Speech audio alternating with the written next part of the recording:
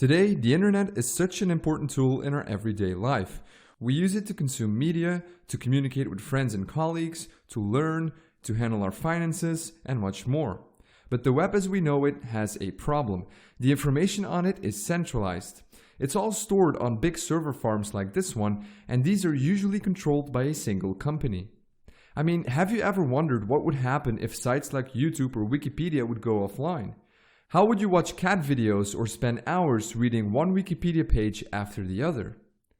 The centralization brings another problem with it, and that is censorship. Because content is hosted on just a few servers, it's easy for governments to block access to them. In 2017, Turkey ordered internet providers to block access to Wikipedia because the administration called it a threat to national security. So you get the idea. Centralization of the web isn't a good thing. But then why do we keep using such a model? Well, that's because we have high expectations when it comes to the web. We want pages, images, and videos to load instantly, and we want them in high quality. Centralizing servers allows companies to have complete control over how fast it can deliver all of this content. Another reason we use this model is that there just isn't a good and fast alternative. But that might be about to change. Meet IPFS, the Interplanetary File System. That's a fancy name, and they have very ambitious goals as well. They want to make the web completely distributed by running it on top of a peer-to-peer network that works similarly to how BitTorrent works. Let's take a look at how IPFS can accomplish these goals, but first you have to understand how we access content on the web right now. Let's say you want to download a photo from the internet. When you do that, you tell the computer exactly where to find the photo. In this case, the location of the photo is the IP address or the domain name. This is called location-based addressing. You tell the computer where to get the information, but if that location isn't accessible, in other words, the server is down, you won't get that photo. However, when that happens, there is a high chance that someone else has downloaded that picture before and still has a copy of it, but yet your computer won't be able to grab a copy from that person. To fix this, IPFS moves from location-based addressing to content-based addressing. Instead of saying where to find a resource, you just say what it is you want. But how does that work? Well, every file has a unique hash, which can be compared to a fingerprint. When you want to download a certain file, you just ask the network who has the file with this hash, and someone on the IPFS network will provide it to you. Now you might think, hold on a minute. How do I know that that person hasn't tampered with the file?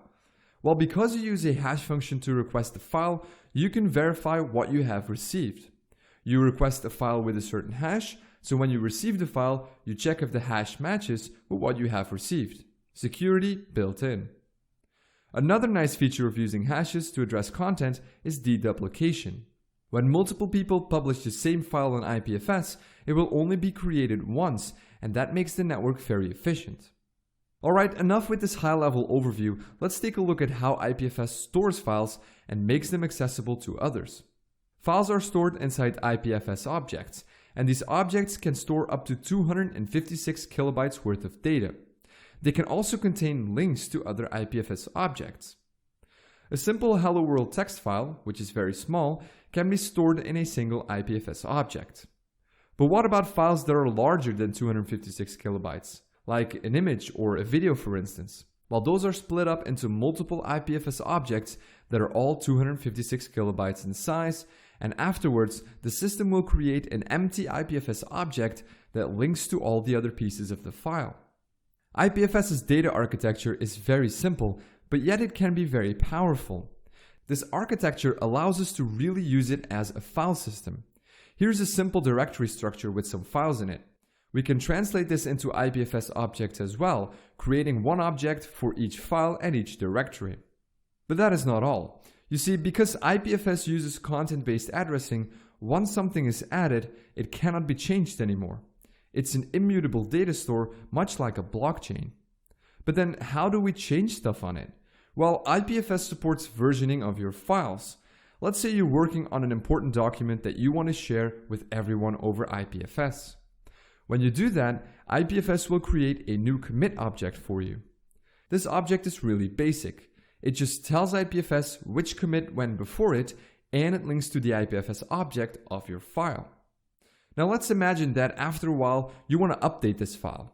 Well, you just add your updated file to IPFS, and then the software will create a new commit object for your file. This commit object now links to the previous commit, and this process can be repeated endlessly. IPFS will make sure that your file plus all its entire history is accessible to other nodes on the network. Pretty useful. This all sounds great, but it's not without its limitations or drawbacks.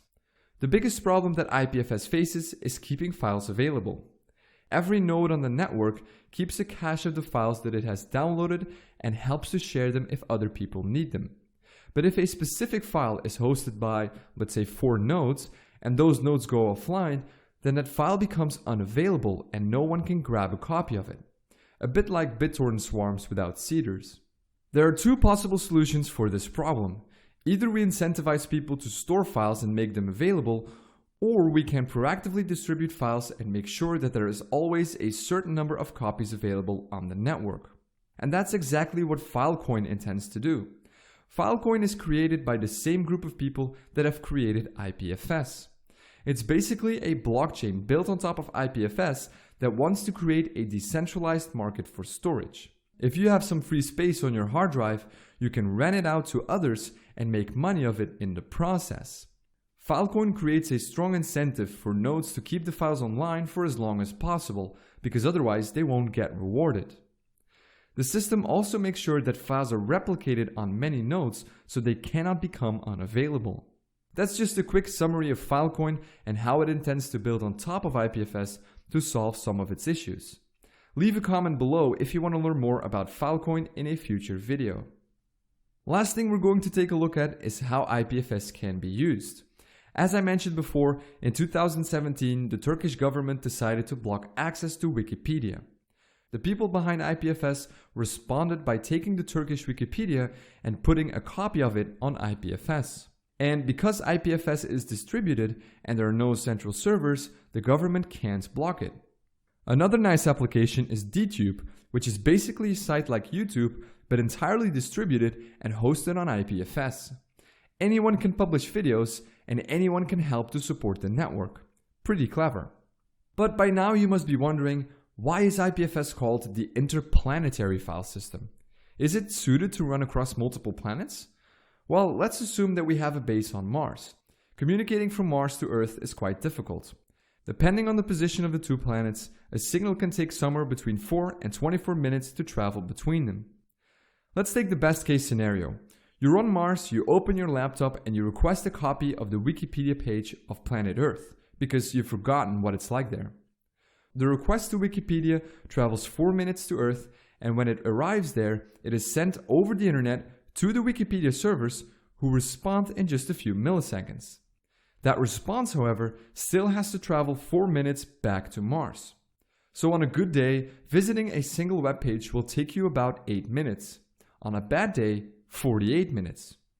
With IPFS, it's possible to cache large parts of the internet on Mars. So if someone already has requested a page that you want to download, it can come straight from a node on Mars, making that page load just as fast as it would on Earth.